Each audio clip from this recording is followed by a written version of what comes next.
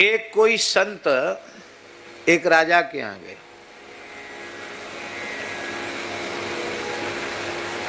उन्होंने राजा के सामने प्रस्ताव रखा कि या तो 12 वर्ष के लिए आप अपना राज्य हमको दे दो, या अपना धर्म दे दो। हम दो चीजें मांगने आए हैं, या तो तुम 12 वर्ष के लिए अपनी राजगद्दी दे दो, या अपना धर्म दे दो। तो राजा मुस्कुराया, उसने संत के चरणों में प्रणाम किया और बोला, राज्य आप ले लो, मैं धर्म नहीं दूंगा, और चल पड़ा।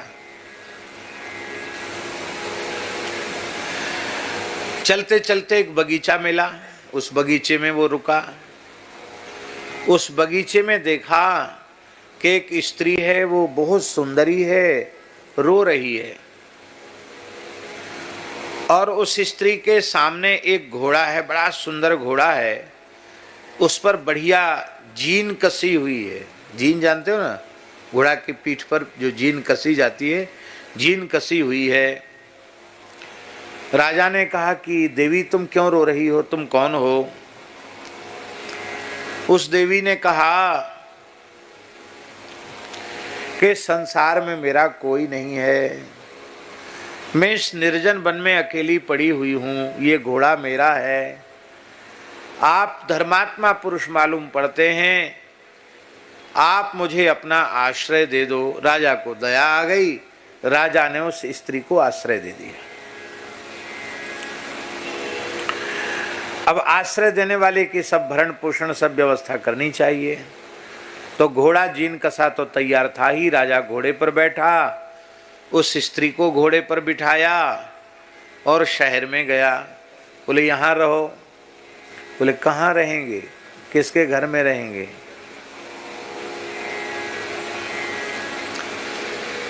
तो उस स्त्री ने कहा कि नया मकान खरीद लो, और नया न मिले तो किराए का खरीद लो। तो राजा हंसने लगा। उसने कहा, महाराज मैं तो अपना संपूर्ण राज्य देकर एक साधु को चला आया हूँ, मेरे पास फूटी कौड़ी भी नहीं है, न तो मैं खरीद सकता हूँ और न मैं किराए से ले सकता हूँ। तब उस स्त्री ने झोली से 10 सोने की मोहरें निकाल करके दे दी। अब स्वर्ण मोहर तो, सोने की मोहर तो आज भी कीमती होती होगी। 10 मोहर की कीमत कितनी होगी?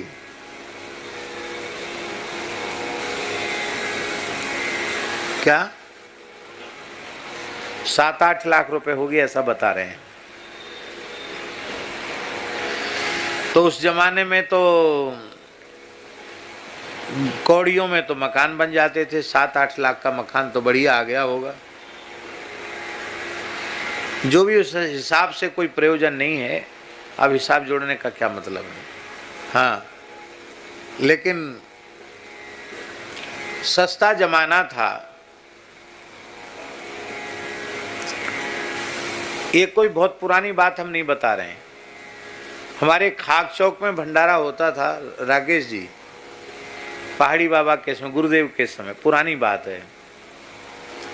तो अनुमान क्या था खर्च का? लगभग कि 100 साधुओं को चिट्ठी देकर के निमंत्रण में बुलाया जाता था। तो 10-10 रुपए दक्षिणा सहित 5000 रुपए में 100 साधुओं का बढ़िया देसी गाय के घी का भंडारा, सुंदर भंडारा रसोई 5000 में संपन्न हो जाता था। ये हमारे सामने की बात है। अब 100 मूर्ति जुमाओ तो 5-6 हजार की तो साग आती है, सब्जी आती है। तो जो काम 5000 में होता था वो 50,000 में हो रहा है। ये वही हालत हो गई, महंगाई इतनी बढ़ गई।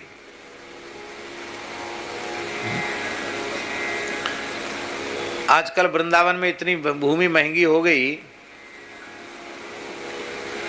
रुक्मिणी विहार सुना है? वृंदावन में शुरुआत में 50 रुपए गज में भूमि थी। वहां कितना? 50 रुपए गज में कोई लेने वाला नहीं था। हमसे भी लोग कहते थे महाराज कहाँ यहाँ बंसीवट में छोटी सी जगह में, मलुकपीठ भीतर घुस के छोटी जगह है, 50 रुपए गज वहाँ मिल रही है, वहाँ जितनी चाहो उतनी ले लो।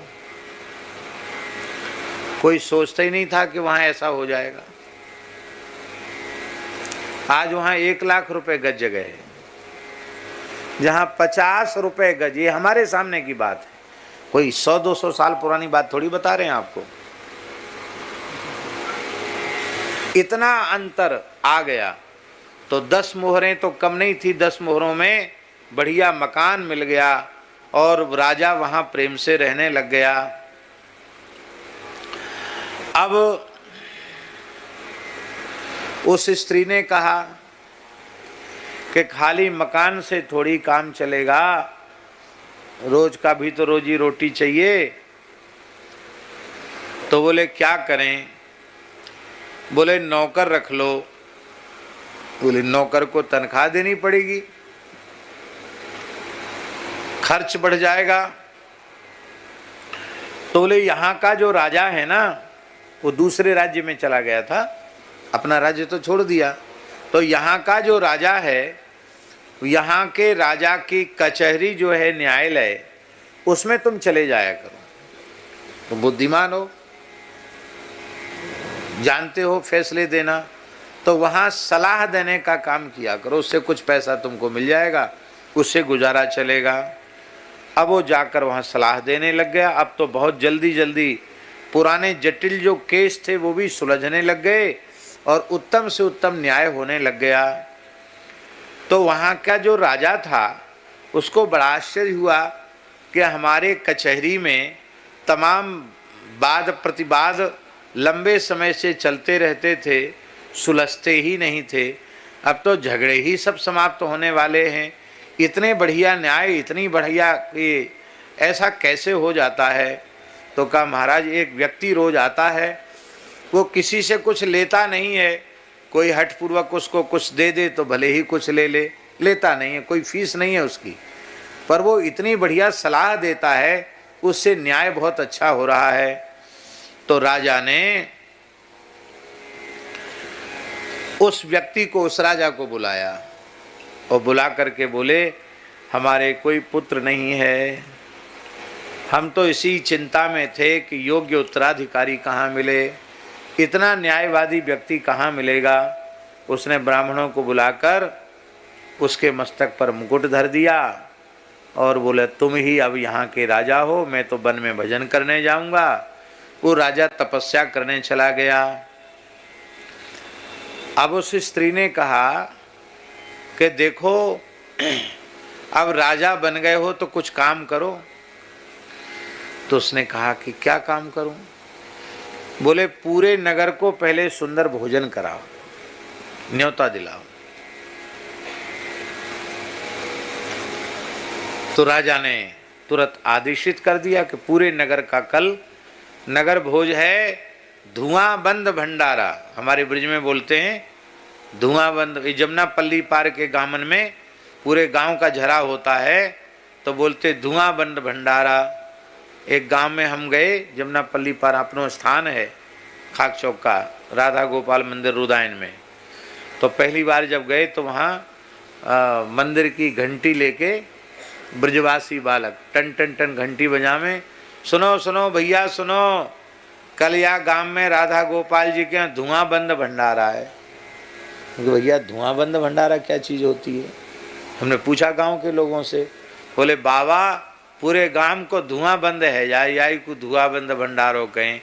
कल काऊ के घर में चूल्हो नहीं चेते, वो सब यहीं प्रसाद पावेंगे, याई को कहें धुआं बंद भंडारो। तो राजा ने धुआं बंद भंडारा का न्योता दे दिया। अब पूरा नगर आकर के अपने अपनी व्यवस्था अवस्था के अनुसार बैठ करके सब प्रसाद पाने लग गए। राजा को बड़ा आश्चर्य हुआ कि देवता लोग परोस रहे, इंद्र कुबेर वरुण ये सब परोसने में लगे हुए हैं, आतिथ्य कर रहे हैं। तो राजा को बड़ा भारी आश्चर्य हुआ। राजा पहचान गए तो सब देवता हैं। जैसे ही निकट गया देवता अंतर्धान हो गए।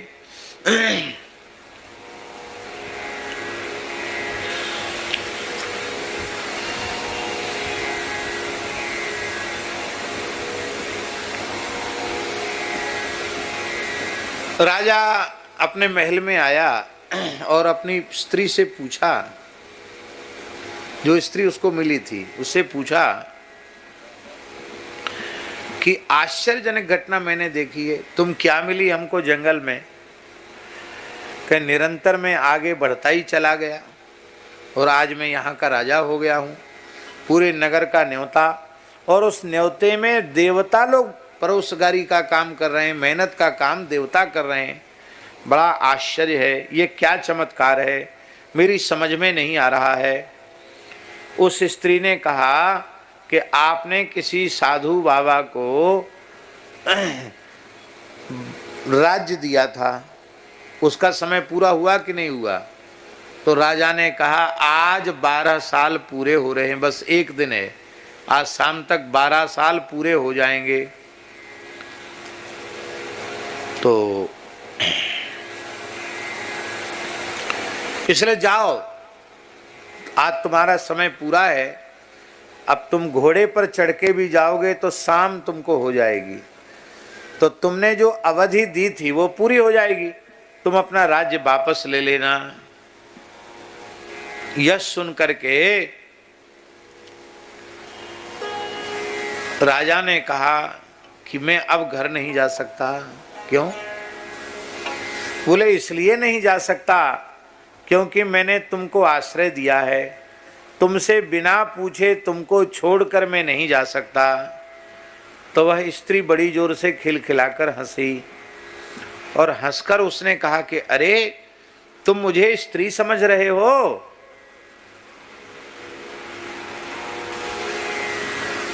देखा, जब तुम स्त्री हो तो स्त्री ही समझा जाएगा, और क्या समझे? नहीं, मैं स्त्री नहीं हूं, मैं तुम्हारा धर्म हूं। क्या कहा उसने? मैं स्त्री नहीं हूं, मैं तुम्हारा धर्म हूं और तुम्हारी परीक्षा ले। तुमने धर्म को नहीं छोड़ा तो राज धर्म, जब तुमने राज धर्म को नहीं छोड़ा तो राज लक्ष्मी ने भी तुमको छोड़ा नहीं। व्यक्ति धर्म को छोड़ देगा तो लक्ष्मी जी भी इसको छोड़ देगी, और व्यक्ति धर्म को पकड़ के रखेगा तो लक्ष्मी तो धर्म के ही पास रहकर शोभा देती है। धर्मनिष्ठ व्यक्ति के पास शोभा होती लक्ष्मी की। जिम सुख संपत्ति बिन ही बुलाए, धर्मशील पहीं जाए सुहाए। इसका अर्थ ये नहीं है कि धर्मशील जो नहीं है उनके पास धन नहीं होता, उनके पास भी धन होता है, पर धर्मशील पहीं जाए सुहाए। शोभायमान धर्मशील व्यक्तियों के पास ही धन होता है। जो धर्मशील नहीं होते उनका धन न उनके काम आवे न उनके परिवार के काम आवे, उनमें तमाम तरह के दोष दुर्गुण पैदा करके कुल खानदान सहित नरक ले जाने के लिए धन आता है उनके पास। धर्मनिष्ठ व्यक्तियों के पास जो धन आता है वो सेवा के लिए आता है, धर्म लाभ के लिए आता है। ये समझा कर वह स्त्री अंतर्धान हो गई और राजा ने देखा कि मैं तो अपने सिंहासन पर बैठा हुआ हूँ। बोलो भक्तवत्सल भगवान की जय।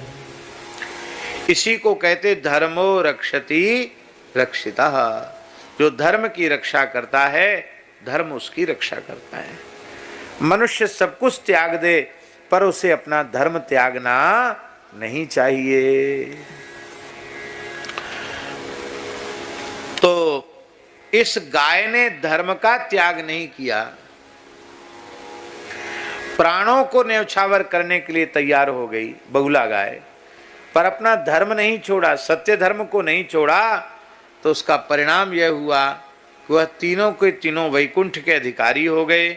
और आज भी बहुला वन में बहुला गाय की लोग जाकर पूजा करते हैं और वहां दर्शन करते हैं। भगवान गिरिराज जी की तरहटी में गैया चरा रहे हैं, यह बात भी आप लोगों ने श्रवण की। बोलो भक्तवत्सल भगवान की जय।